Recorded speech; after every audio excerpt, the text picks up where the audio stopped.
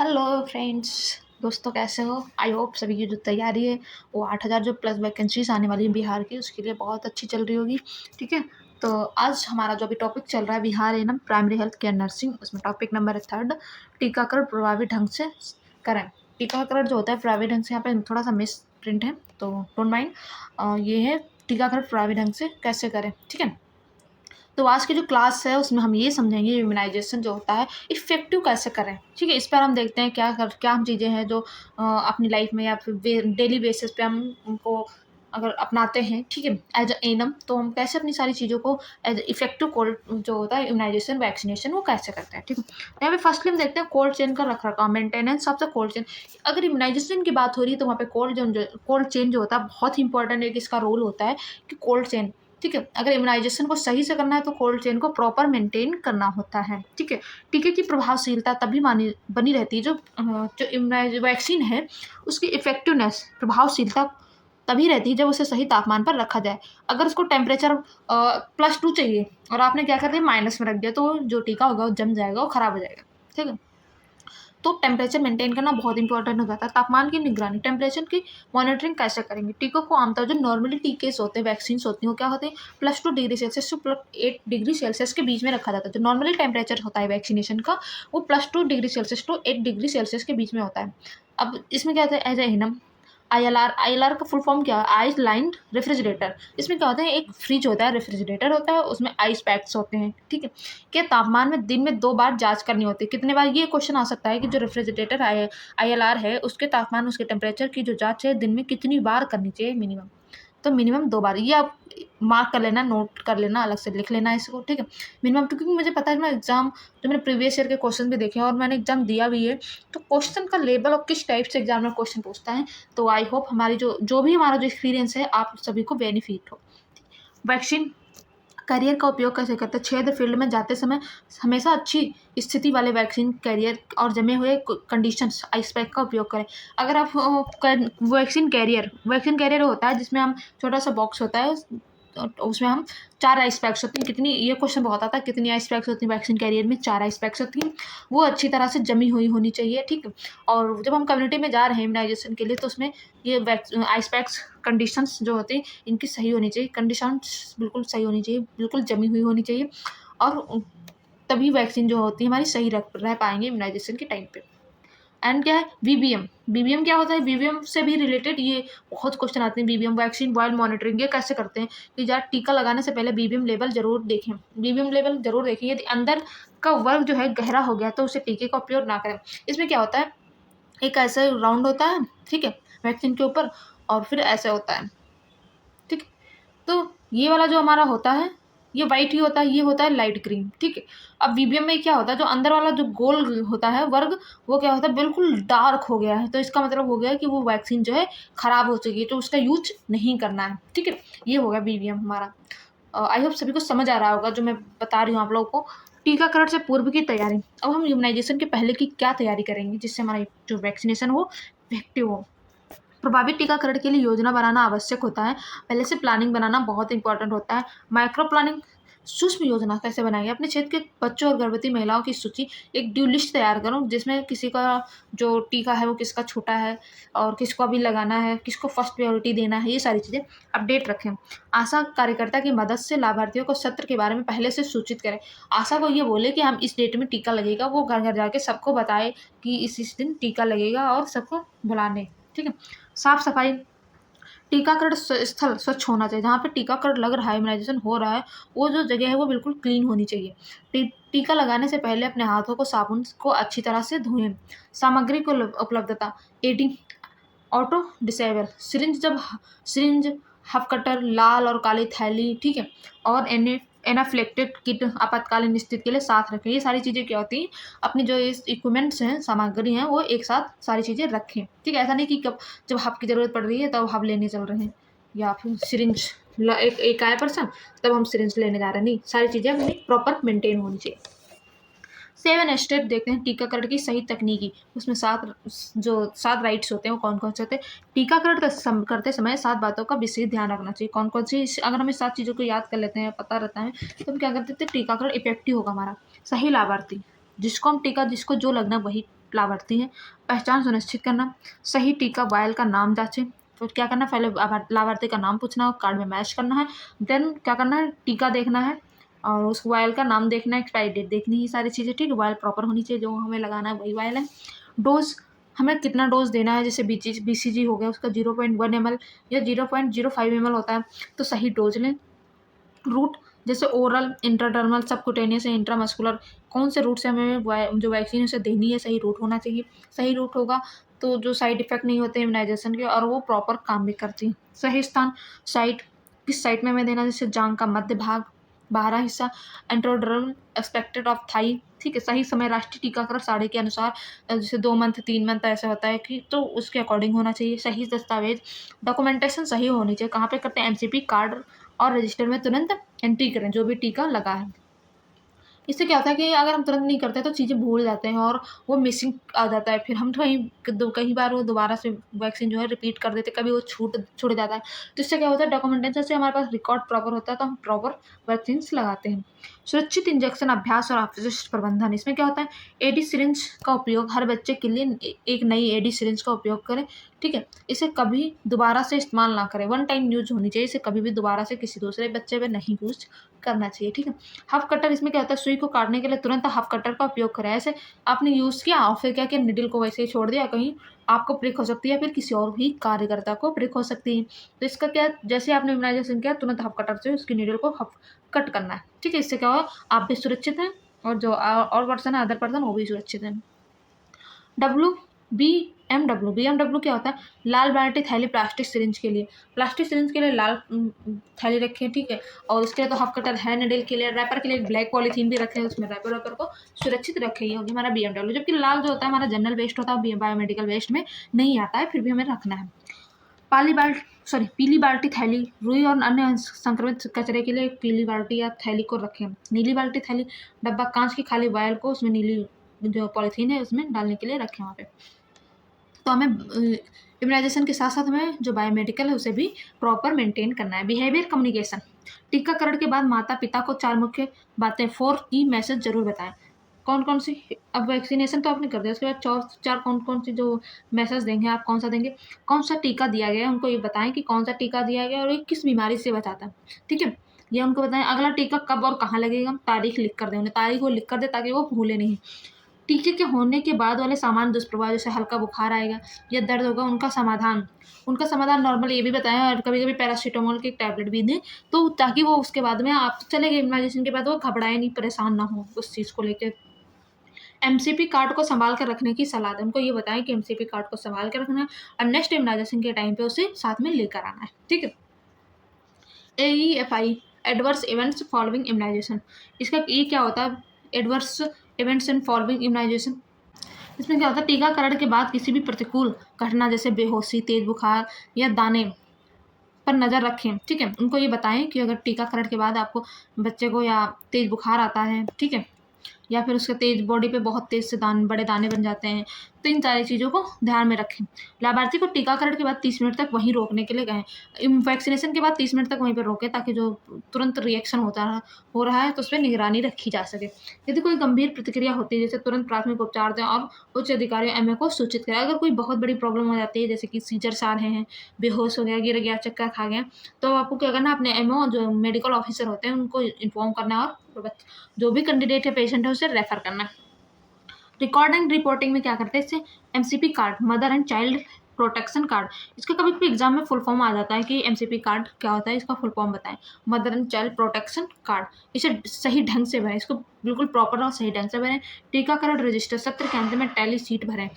सत्र जब अंत होता है कौन सी सीट भरी जाती है, टैली सीट, ये भी आप क्वेश्चन में आता है कि कौन सी सीट भरी जाती है, टैली सीट। और सुनिश्चित करें कि कोई बच्चा छूट ना जाए, लेफ्ट आउट या ड्रॉप आउट ट्रैकिंग, ये आप चेक करें उसमें। यूबिन या फिर अनमोल पोर्टल या डिजिटल एंट्री अनिवार्य है तो उसे समय पर अपडेट करें। अब क्या हो गया कि आप सिर्फ रिटर्न या डॉक्यूमेंट या दस्तावेज वाला काम नहीं, अब रिटर्न चीज़ें सारी चलती हैं ताकि ये एक बार में ही पता चल जाए कि कहाँ पे कितना इम्यूनाइजेशन हो रहा है, ठीक है। तो हम ऑनलाइन देख सकते हैं, जो हमारे अधिकारी होते हैं।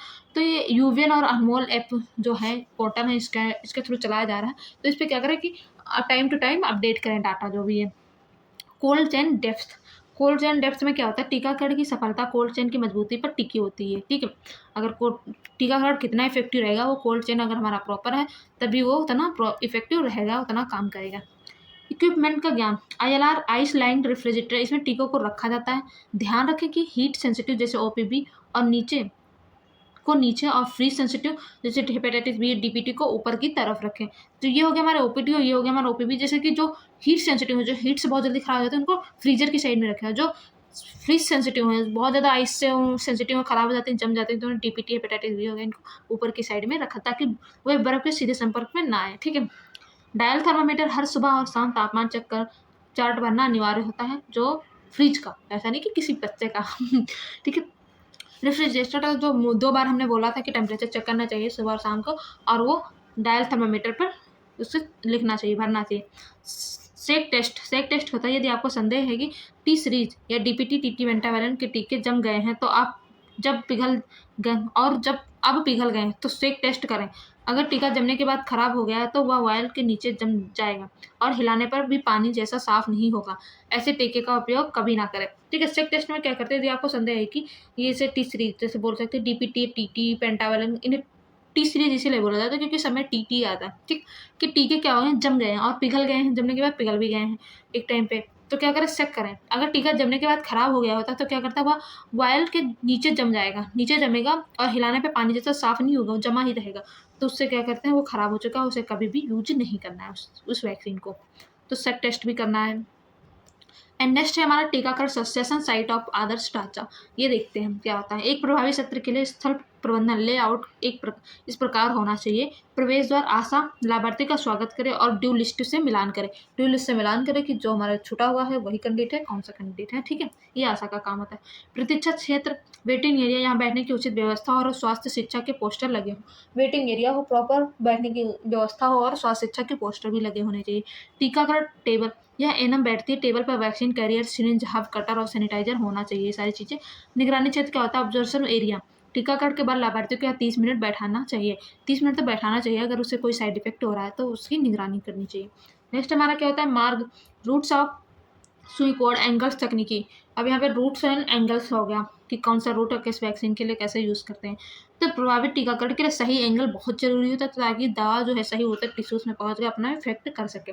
तो वैक्सीन, ये हो गया वैक्सीन हमारे यहाँ पे कुछ हो गया एंगल एंड साइड्स। तो ये देखते हैं BCG कैसे देते हैं, इंटरडर्मल देते हैं 10 से 15 ऊपरी बाई बाँह पे, लेफ्ट अपर आर्म, डिग्री क्या होगी इसकी 10 से 15, ठीक है। एंड FIPV इंट्राडर्मल देते हैं इसे ID, ये भी 10 से 15 और दाई अपर आर्म। देखो आप ये सोच रहे होंगे लेफ्ट एंड राइट का भी इसमें फ़र्क है, तो आपको बहुत अच्छे से डीपली देखना। BCG को लेफ्ट अपर आर्म ID देते हैं, इंटरडर्म FIPV कब देते हैं, दाई राइट अपर आर्म पे 10 से 15 ID ये भी देते हैं। मीजल्स या MMR जो होता है सबकुटेनियस देते हैं। सबकुटेनियस कितना एंगल होता है उससे 45 डिग्री सेल्सियस सबकुटेनियस का होता है।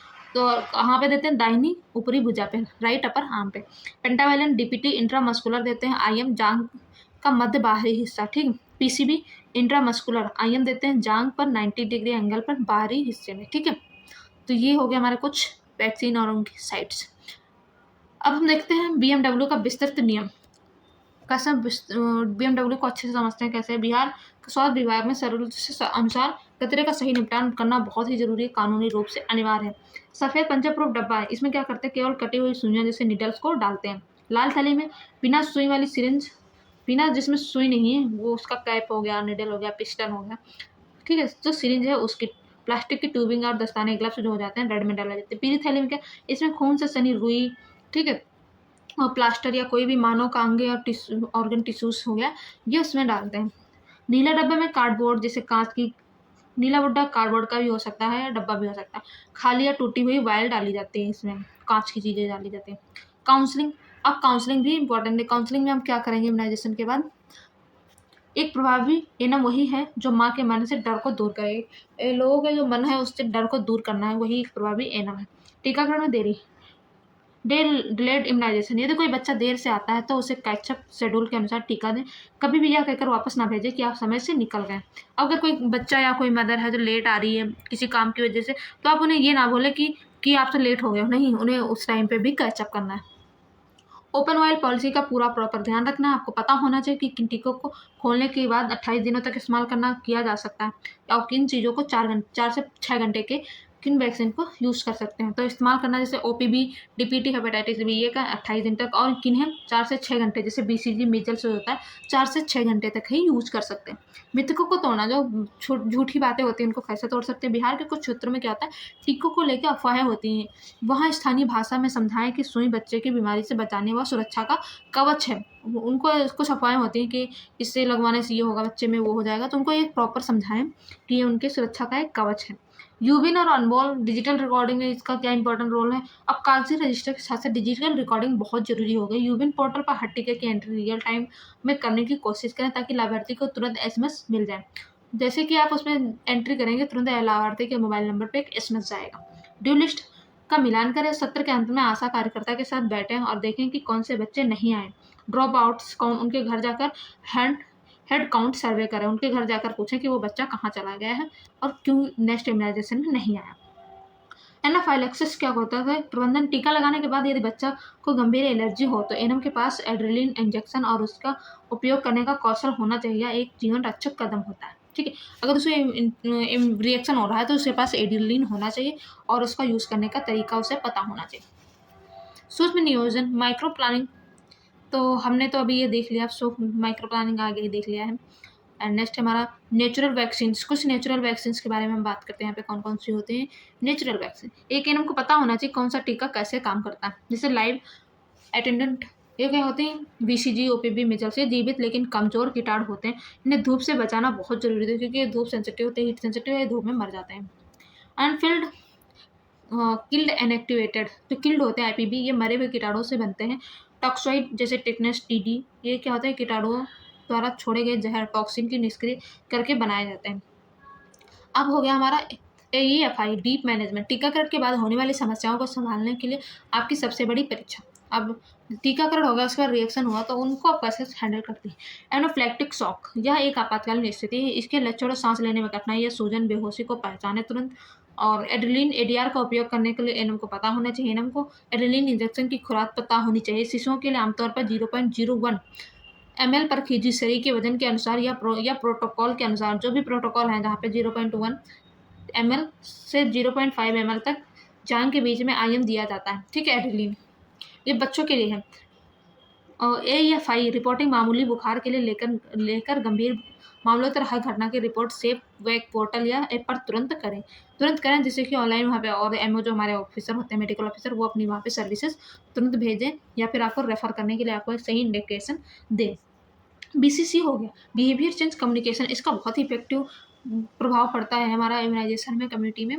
बिहार के कई ग्रामीण इलाकों में अभी भी टीकाकरण को लेकर डर या हिचकिचाहट होती है। वैक्सीन हेसिटेशंस होती है वहाँ पे। ठीक है, इसे प्रभावी संवाद से दूर कर सकते हैं। आप अच्छे से बात करके प्रभावी कम्युनिकेटर से इफेक्टिव उसे दूर कर सकते हैं। सुनना और समझना, पहले परिवार की चिंता को सुने। टीके के से बुखार आता है, जैसे परिवार अगर ये बोलता है नहीं टीके से बुखार आ जाता है, बच्चा रोने लगता है, तो वो सारी चीज़ों को आप सुने, फिर उसके बाद उन्हें उत्तर से समझाएं कि बुखार आना तो इस बात का सबूत है कि टीका शरीर में काम कर रहा है, बच्चे की इम्यूनिटी बन रही है।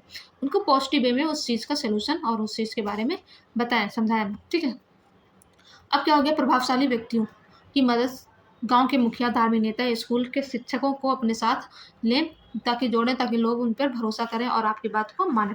न्यू वैक्सीन क्या हो गया, हाल के वर्षों में बिहार में कुछ नए टीके जोड़े गए हैं जिनकी तकनीकी पर ध्यान देना बहुत जरूरी है। कौन से हैं, PCV, निमोकोकल कंजक्टिव वैक्सीन, यह निमोनिया से बचाता है जिससे जांघ के मध्य बाहरी हिस्से में IM दिया जाता है। रोटा वायरस वैक्सीन, RBV, यह दस्त डायरिया से बचाता है। इसकी 5 बूंदें मुंह में से पिलाई जाती हैं।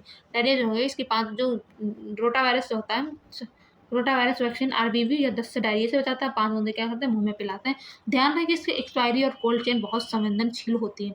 FIVV फ्रैक्शनल IPV, इसकी 2 खुराकें दी जाती हैं, 6 मंथ और 6 सप्ताह और 14 सप्ताह पर। ठीक, यह इंटरडर्मल ID दिया जाता है, ना कि IM। जो है बहुत सारे लोगों का कन्फ्यूजन रहता है कि FIVV होता है वो IM देते नहीं, इंटरडर्मल देते हैं। एंड नेक्स्ट है हमारा मिशन इंद्रधनुष और सघन टीकाकरण IMI। ठीक है, इसमें क्या देते हैं, बिहार सरकार इन मिशन इंद्रधनुष के माध्यम से उन बच्चों को कवर करती है जो नियमित टीकाकरण RI से छूट गए, रेगुलर इम्यूनाइजेशन से छूट गए हैं।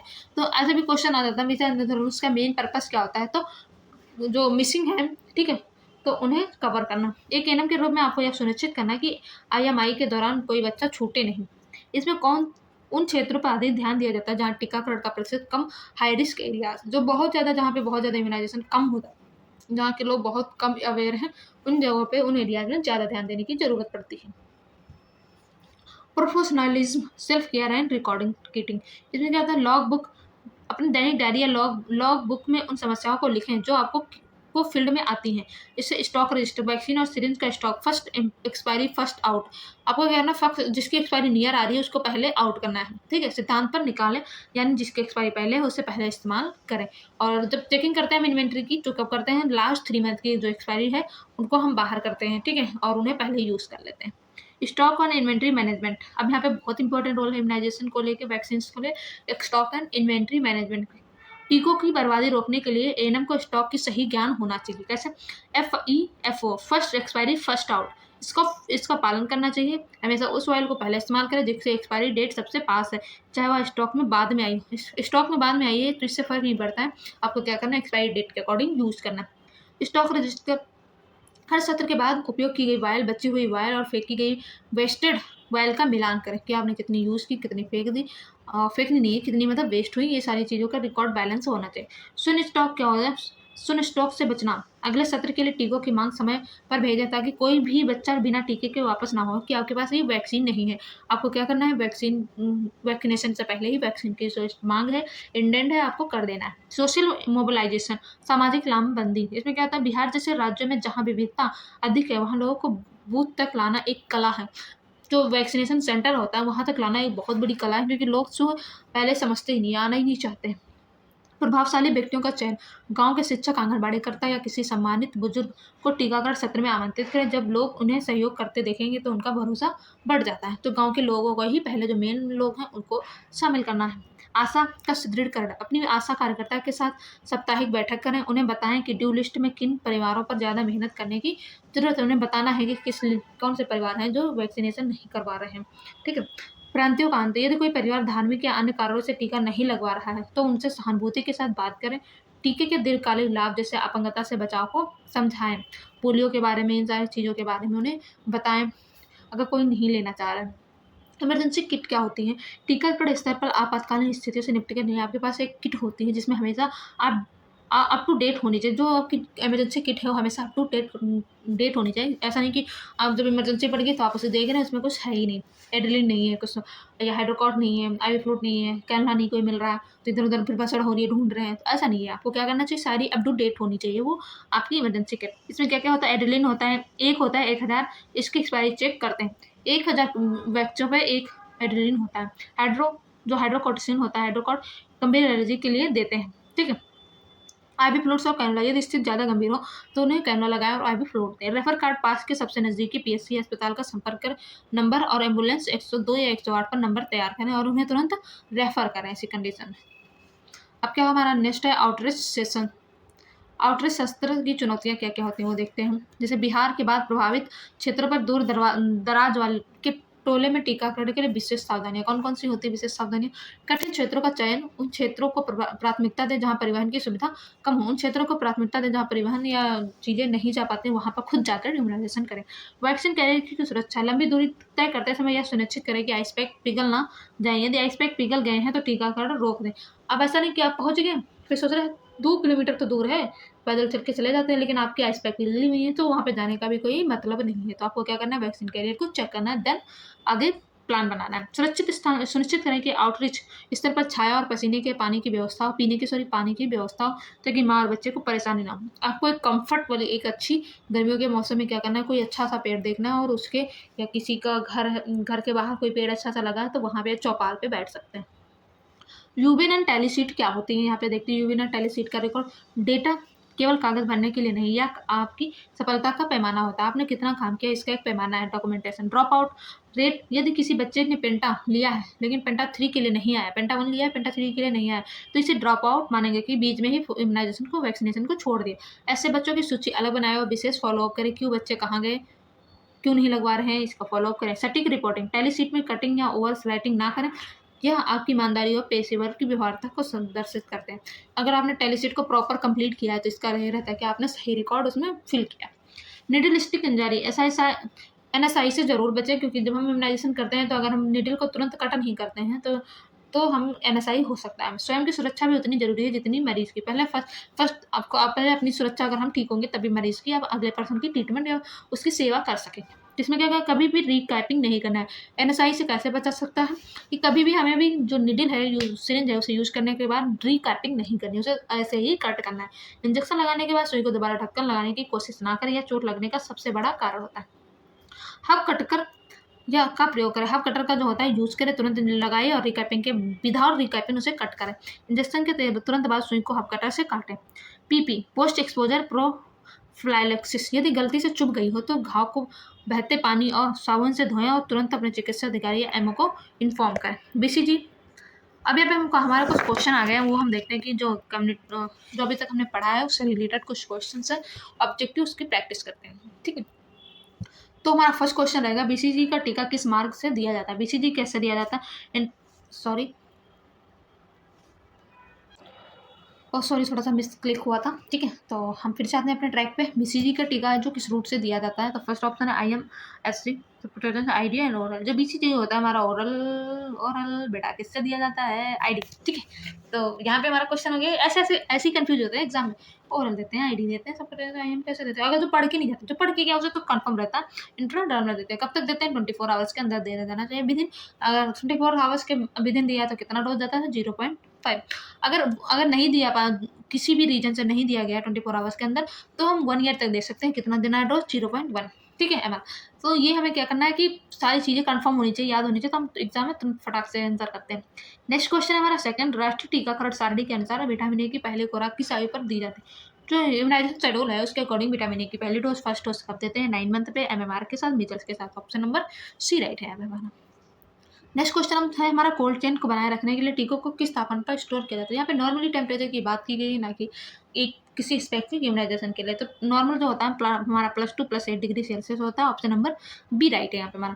पेंटावैलेंट टीका कितनी बीमारियों को सुरक्षा देता है? यहाँ पे पेंटा से ही डिफाइन हो रहा है कि पेंटा मतलब 5, तो ऑप्शन नंबर C राइट है हमारा। ठीक है, नेक्स्ट क्वेश्चन हमारा, जन्म के साथ दी जाने वाले हेपेटाइटिस बी खुराक को क्या कहा जाता है? Booster dose, birth dose, zero dose, second dose. जो एट बर्थ दी जाती है उसे जीरो डोज कहते हैं। ऑप्शन नंबर C राइट है यहाँ पे हमारा। नेक्स्ट क्वेश्चन हमारा 6 है, खसरे मिजल्स का टीका शरीर के किस स्थान पर लगाया जाता है? जो मिजल्स होता है उसका टीका जो होता है किस स्थान पर लगाया जाता है? तो हमारा फर्स्ट ऑप्शन है right upper arm, left upper arm and right thigh, and D हमारा लेफ्ट थाई। तो जो हमारा MMR होता है, सॉरी मिजल्स होता है, मिजल्स MMR, तो इसका जो है राइट आंसर हो जाएगा हमारा राइट अपर आर्म। तो राइट अपर आर्म कौन सा ऑप्शन में है? ऑप्शन नंबर A राइट है यहाँ पे हमारा। ठीक है, नेक्स्ट क्वेश्चन हमारा है 7, VVM का पूरा फुल फॉर्म क्या होता है? VVM, what is a VVM? Vaccine while monitoring, vaccine vital monitoring, very vital medicine, vaccine value monitoring. तो VVM होता है vaccine while monitoring. Option number A right हो जाएगा यहाँ पे। खुले हुए टीकों को 28 दिनों तक इस्तेमाल करने की अनुमति देने वाली नीति को क्या कहते हैं?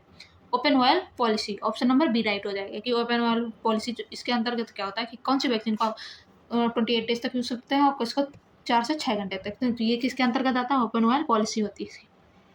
जल चिकित्सा अधिकारी प्रबंधन BMW के अनुसार उपयोग की गई प्लास्टिक के सिरिंज को किस रंग में डालते हैं? तो यहाँ पे प्लास्टिक हो गया, ग्लव्स हो गया हमारा, ठीक है, किस में डालते हैं? रेड में। ऑप्शन नंबर B राइट है। नेक्स्ट क्वेश्चन है हमारा 10 है, सेक टेस्ट। जो सेक टेस्ट होता है किन कीटों की गुणवत्ता, सॉरी टीकों टीकों की गुणवत्ता की जांचने के लिए किया जाता है। ये मिस प्रिंट भी हो जाता है, मिस वाइज भी हो जाता है, मिस टॉकिंग भी हो जाती है। तो जो जमने से खराब हो सकते हैं, जैसे फ्रीज सेंसिटिव हो, या जो धूप से खराब हो सकते हैं, जो ओरल दिए जाते हैं, जो पाउडर के रूप में होते हैं। जो हमारे फ्रीज सेंसिटिव होते हैं उन्हें चेक करके देखते हैं कि वो फ्रीज या जम तो नहीं गए हैं, जमने के बाद खराब हुए हैं या नहीं हुए हैं, तो उनका टेस्ट करते हैं। ऑप्शन नंबर A राइट है। नेक्स्ट क्वेश्चन हमारा 11, रोटावायरस वैक्सीन RBM की कितनी बूंदे पिलाई जाती हैं एक टाइम पे? 5 बूंदे। ऑप्शन नंबर B राइट होंगे हमारे। नेक्स्ट हमारा क्वेश्चन है 12, मिशन इंद्रधनुष का मुख्य उद्देश्य क्या होता है? मेन पर्पस क्या है मिशन इंद्रधनुष का? अस्पताल की सफाई, पूर्व टीकाकरण कवरेज, मुफ्त दवा वितरण, एम्बुलेंस की सेवा सुधार।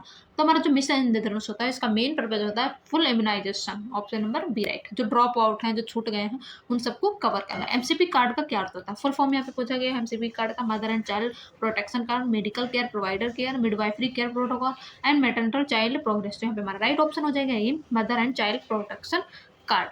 ठीक है, ये बिहार जो हमारा अभी कॉन्ट्रैक्ट बेस्ड वैक्सीन आई थी उसमें ये क्वेश्चन जो था वो पूछा गया था MCP के बारे में। एंड नेक्स्ट है हमारा FIPV वैक्सीन फ्रैक्शनल IPV की पहली खुराक किस सप्ताह पर दी जाती है? 4 सप्ताह पे, 6 सप्ताह पे, 10 सप्ताह पे एंड 14 सप्ताह पे। जो पहली खुराक हो जाती है इसकी पे कब दी जाती है हमारी? आप लोग कमेंट करके बताना। क्वेश्चन नंबर 14 आप लोगों को सभी के लिए होमवर्क है, ताकि अगर आपको डाउट है तो आप मेरी क्लास को पेज से बैक करो और फिर देन देखो कि इसका आंसर क्या है।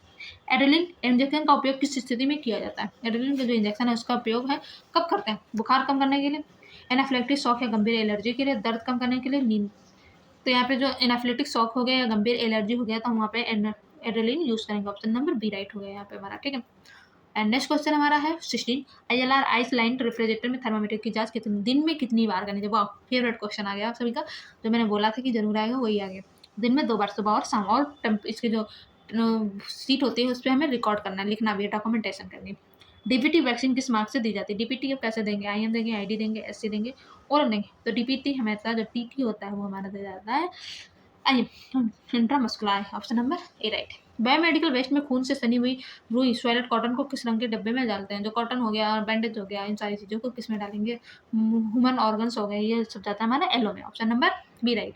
इसको याद करने का सिंपल सा तरीका है, जो हमारी ह्यूमन ऑर्गन हो गए या फिर हमारा स्पेसिमेन हो गया, कुछ भी बॉडी फ्लूइड हो गया, तो ये हमारा थोड़ा सा येलो कलर पे आते हैं, तो हमारे येलो कलर से येलो में डालेंगे, ठीक है। OPV ओरल पोलियो वैक्सीन की 0 डोज कब दी जाती है? ओरल पोलियो जो 0 डोज है तो ये एट बर्थ देते हैं। ऑप्शन नंबर बी राइट हो जाएगा हमारा। नेक्स्ट क्वेश्चन है हमारा आज की क्लास का लास्ट क्वेश्चन है, फेवरेट क्वेश्चन सबका, ठीक है। PCV निमोकोकल कंजक्टिव वैक्सीन किस बीमारी से बचाव के लिए दी जाती है? पीलिया, निमोनिया, मलेरिया एंड दस्त। तो हमारी जो PCV होती है निमोनिया के बचाव के लिए दी जाती है, ठीक है। आई होप आप सभी को ये क्लास समझ में आई होगी और पसंद आई होगी, ठीक है। अगर पसंद आ रही है तो अपने दोस्तों के साथ ज़रूर शेयर करें, ठीक है। जेलसी नहीं करनी कि मैंने पढ़ लिया तो अपने दोस्तों को नहीं पढ़ने देना, बिल्कुल भी नहीं। आपको आप खुद पढ़ो और दूसरों को भी पढ़ने में सपोर्ट करो, तभी आप सक्सेस हो पाओगे, ठीक है। सबसे पहले मेरा अच्छा इंसान बनना है। और मिलते हैं नेक्स्ट क्लास में, ठीक है। तब तक के लिए बाय बाय, थैंक यू।